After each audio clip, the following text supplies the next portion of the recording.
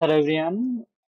বাংলাদেশের বর্তমান পরিস্থিতি আগের তুলনায় অনেকটা স্থিতিশীল হলেও বর্তমানে কিন্তু অনেক প্রশ্ন বাংলাদেশ এবং ইন্ডিয়ার মধ্যে উঠছে, যেখানে একটা নিউজ কিন্তু খুবই শোনা যাচ্ছে যে বাংলাদেশ শেখ হাসিনাকে ইন্ডিয়াকে বলতে পারে যে শেখ হাসিনাকে তাদের কাছে হস্তান্তর করতে, কারণ শেখ হাসিনা ইন্ডিয়াতে বর্তমানে রয়েছেন।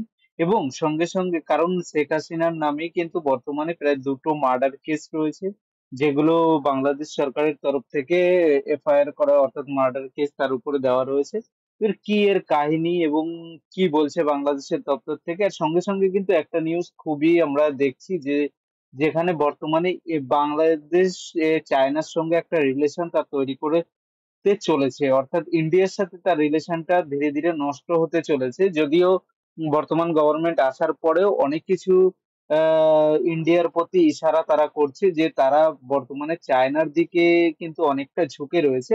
তবে এদের পরিস্থিতি একটা সূত্র মারফত কিন্তু জানা যায় যে এদের পরিস্থিতিও হয়তো শ্রীলঙ্কা এবং পাকিস্তানের মতো হতে পারে, যদি বাংলাদেশ এইভাবে চায়নার সাথে তাদের বন্ধুত্ব এগিয়ে চলে। কারণ আমরা এর আগেও দেখেছি যে বর্তমানে পাকিস্তান এবং শ্রীলঙ্কার অবস্থা কি হয়েছে, আর সেটা আমরা সমস্ত কিছুই দেখবো। আর সঙ্গে সঙ্গে আজকের যে নিউজটা রয়েছে, আর নিউজটা শুধুমাত্র এটাই নয়, নিউজের সঙ্গে সঙ্গে আমরা নিউজ রিলেটেড যে কারেন্ট অ্যাফেয়ার্স গুলো এক্সামে আসতে পারে সেইগুলো, কারেন্ট অ্যাফেয়ার্স এবং জিকে, সেগুলো নিয়ে আলোচনা করব। তোমরা প্রত্যেকেই জানো সেগুলো আমরা প্রত্যেক ভিডিও শেষে আলোচনা করে থাকি। তো চলো প্রথমে নিউজটা কভার করি, তারপরে আমরা ধীরে ধীরে দেখে নিই এই রিলেটেড কি ধরনের এক্সামে আমাদের প্রশ্ন আসতে পারে।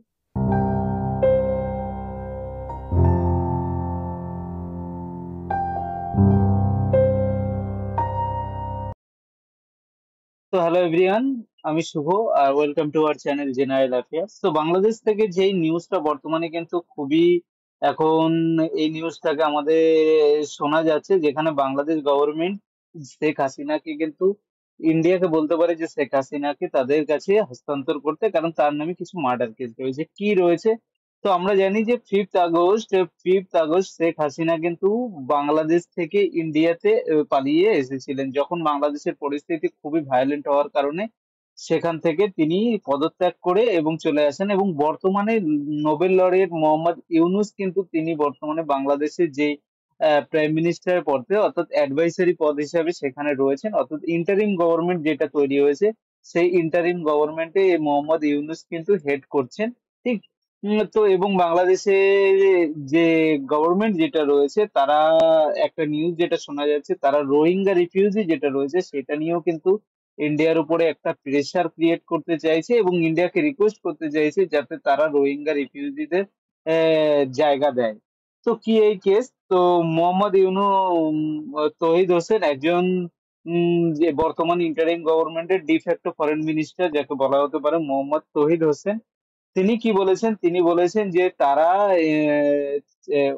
তারা যে রয়েছে যে ফর্মার প্রাইম মিনিস্টার শেখ হাসিনাকে কিন্তু ইন্ডিয়ার কাছে তারা চাইতে পারে।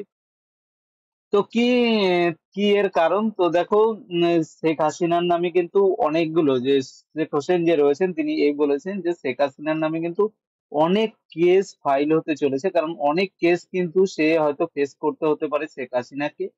এবং ল মিনিস্ট্রি যেটা রয়েছে তারা ডিসাইড করেছে যে তারা ইন্ডিয়ার কাছে অর্থাৎ শেখ হাসিনাকে ফিরিয়ে দেওয়ার জন্য তারা, অর্থাৎ শেখ হাসিনাকে ফিরে যাওয়ার জন্য বাংলাদেশে তারা রিকোয়েস্ট করবে, এটা তারা কিন্তু বলেছেন।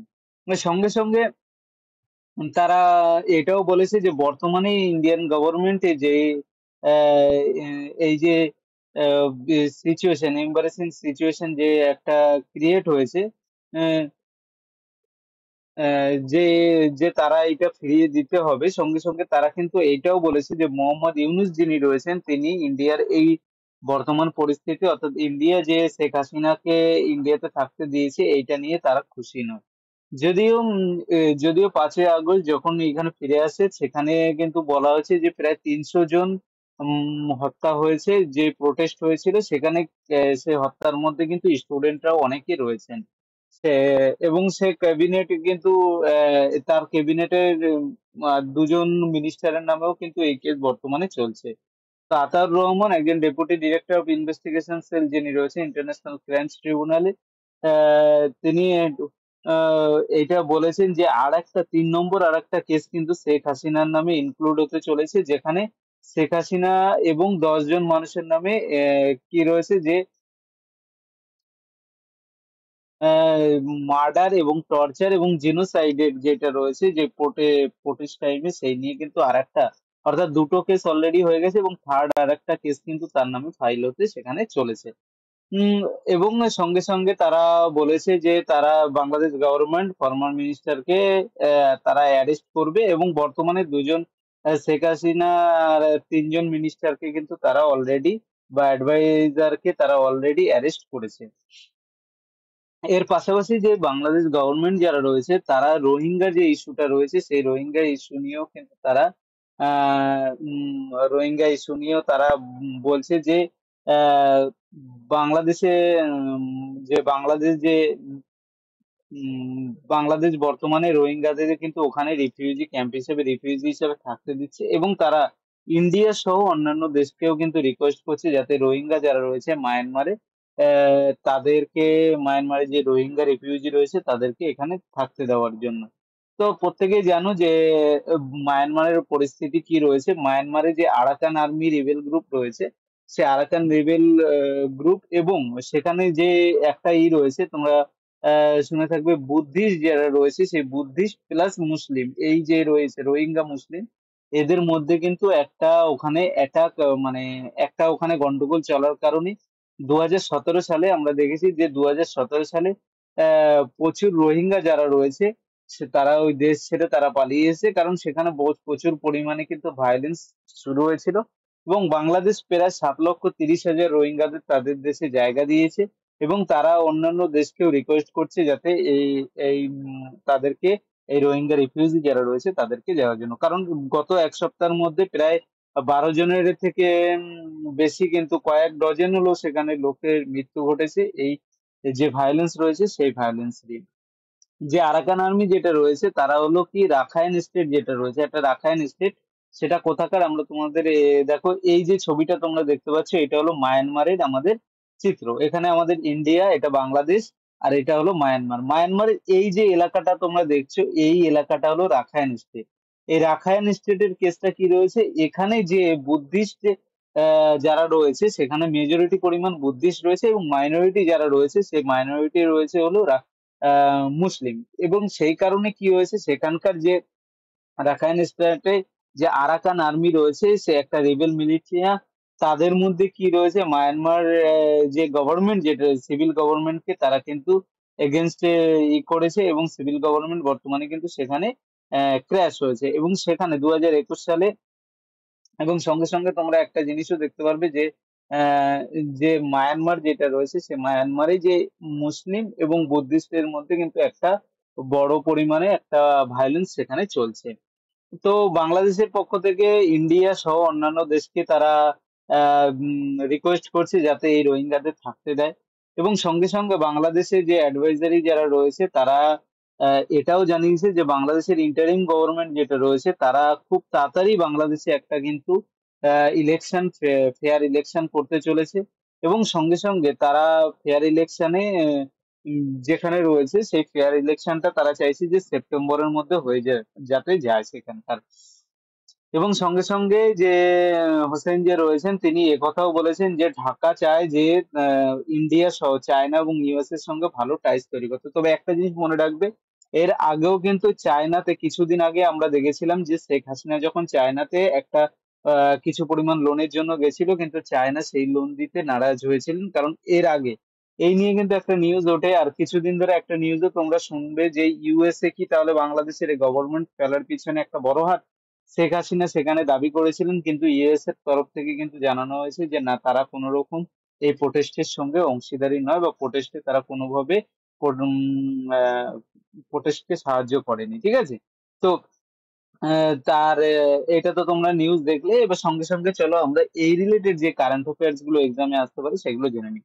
তো আমরা দেখেছি এই হলো ইন্ডিয়া আমাদের, এই হলো বাংলাদেশ, যে কান্ট্রি বর্তমানে শেখ হাসিনার সেখানে যে তোমরা দেখেছো সেখানে প্রোটেস্ট চলছে, গভর্নমেন্টের বর্তমান কি ইন্টারিম গভর্নমেন্ট, এটা হলো মায়ানমার। তো আমরা এক এক করে এই মায়ানমার সম্পর্কে এইগুলো সম্পর্কে ধীরে ধীরে সমস্ত কিছু জিকে বা কারেন্ট অ্যাফেয়ার যেগুলো রয়েছে সেগুলো কিন্তু আমরা ধীরে ধীরে জেনে নিই, ঠিক আছে? তো মায়ানমার, প্রথমে আমরা মায়ানমারে যেটা চলে আসি। মায়ানমারে যে রাজধানী রয়েছে, মায়ানমারের রাজধানীর নাম কিন্তু তোমরা মনে রাখবে, সেটা হলো নাইপাইডে। কি? নাইপাইডেও, যেটাকে নাইপাইতাও বলা হয়, ঠিক আছে? নাইপাইডেও, এটা হলো এখানকার কি, এখানকার হলো ক্যাপিটাল, ঠিক আছে? আর লার্জেস্ট সিটি যেটা রয়েছে তোমরা নাম শুনে থাকবে ইয়াঙ্গন। ইয়াঙ্গন বলে এই নামটা তো তোমরা শুনেছো। আর নাইপাইডিও হলো এখানকার কি, এখানকার রাজধানী। ঠিক আছে। আর এখানকার অফিসিয়াল ল্যাঙ্গুয়েজ যেটা, এটাকে মায়ানমারকে কি আগে বর্মা বলা হতো, সে এখানকার অফিসিয়াল যে ল্যাঙ্গুয়েজ সেটা রয়েছে কিন্তু বার্মিজ। কি রয়েছে? বার্মিজ হলো এখানকার অফিসিয়াল ল্যাঙ্গুয়েজ, ঠিক আছে? এটা তো তোমরা তোমার প্রত্যেকে হয়তো জেনে থাকবে যে। আর এখানকার যে পাবলিক রয়েছে তাদেরকে কি বলা হয়? মায়ানমা বা বার্মিজ, এইটা বলা হয়। মায়ানমা বা বার্মিজও বলা হয়, আর ল্যাঙ্গুয়েজও কিন্তু এখানকার বার্মিজ, ঠিক আছে? আর প্রেসিডেন্ট বর্তমানে যে রয়েছে, যে এখানকার মায়ানমারের যে প্রেসিডেন্ট রয়েছে, সেই প্রেসিডেন্ট কে রয়েছে বর্তমানে? তিনি তার নাম দেখো, এই নামগুলো একটু অন্য টাইপের, দু একবার দেখে রাখলেও তোমরা এক্সামে মিন অং হ্লাইং। কি? মিন অং, মনে রাখবে, হ্লেইং। মিন অং হ্লেইং হলো এখানকার কি, এখানকার হলো প্রেসিডেন্ট, ঠিক আছে? আর প্রাইম মিনিস্টার যেটা রয়েছে তিনিই হলো বর্তমানে president plus acting acting president plus হলো চেয়ারম্যান প্লাস প্রাইম মিনিস্টার, এই একই জন রয়েছে, ঠিক আছে? এর সঙ্গে সঙ্গে আমরা যেটা আমাদের আর একটা জানা দরকার, সেটা বাংলাদেশ সম্পর্কে। তো তোমরা প্রত্যেকে ইন্ডিয়া সম্পর্কে তো প্রত্যেকে জানো, আর বাংলাদেশ এর আগেও আমরা আলোচনা করেছি। বাংলাদেশের ক্যাপিটাল যেটা রয়েছে সেটা কি? ক্যাপিটাল হলো এখানকার ঢাকা।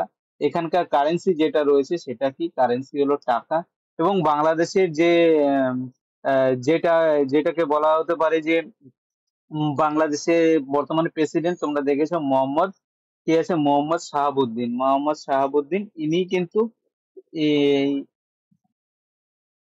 মোহাম্মদ শাহাবুদ্দিন, ইনি এর আগে প্রেসিডেন্ট ছিলেন, এখন বর্তমানে প্রেসিডেন্ট প্রেসিডেন্ট রয়েছেন। এবং এখানকার যে চিফ অ্যাডভাইজার যেটা রয়েছে, বা যে বর্তমানে অ্যাক্টিং মানে যে ইন্টারিম গভর্নমেন্টের যে প্রাইম মিনিস্টার রয়েছে, তিনি হলো মোহাম্মদ ইউনূস। কে? মোহাম্মদ ইউনূস। তোমরা এটা তো জানো, এনার নাম অনেকে নিউজেও শুনেছো তোমরা। আর সঙ্গে সঙ্গে এখানকার চিফ জাস্টিস নিয়ে খুব একটা কিন্তু চলছিল, যে এখানকার চিফ জাস্টিস অফ বাংলাদেশ যেটা রয়েছে, তিনি বর্তমানে কে? সায়েদ রাফাত আহমেদ। বর্তমানে কে রয়েছে? সায়েদ রাফাত আহমেদ, ঠিক আছে? ঠিক আছে। ইনি 10ই আগস্ট থেকে, কারণ 10ই আগস্টে এর আগে যে ছিলেন অবদায়ুল হোসেন, অবদায়ুল হোসেন যেটা রয়েছে, অবায়দুল হোসেন, অবায়দুল হোসেন, নামগুলো একটু অন্য টাইপের তো। অবায়দুল হোসেন, এনাকে কিন্তু ফোর্সফুলি তাকে বাংলাদেশ থেকে তাকে রেজিগনেশন দিতে বাধ্য করা হয়, এবং তারপরে চিফ জাস্টিস যিনি হয়েছেন সৈয়দ রাফেদ আহমেদ, ঠিক আছে? তোমরা এগুলো সমস্ত কিছু কিন্তু আজকের এই যে ভিডিও থেকে তোমরা জানতে পারলে। এবং ইন্ডিয়া সম্পর্কে তো তোমরা জানো, আমরা ধীরে ধীরে আরো ভিডিওতে এসব সম্পর্কে নিয়ে যেগুলো রয়েছে সেগুলো নিয়ে কিন্তু আলোচনা করব। ও আরেকটা কথা যেটা বলা হয়নি, যেটা মায়ানমারের যে কারেন্সি সেটার নাম কি? ক্যাট। কি? ক্যাট। ক্যাথ হলো এখানকার কারেন্সি, ঠিক আছে? আর বাংলাদেশের কারেন্সি কি? টাকা। তো আজকের নিউজের সঙ্গে সঙ্গে আমরা কারেন্ট অ্যাফেয়ার যেগুলো আছে সেগুলো আলোচনা করে ফেললাম। ভিডিও গুলো যদি তোমাদের ভালো লেগে থাকে অবশ্যই লাইক এবং শেয়ার করো। চ্যানেলে প্রথম হলে চ্যানেলটাকে সাবস্ক্রাইব করে দাও।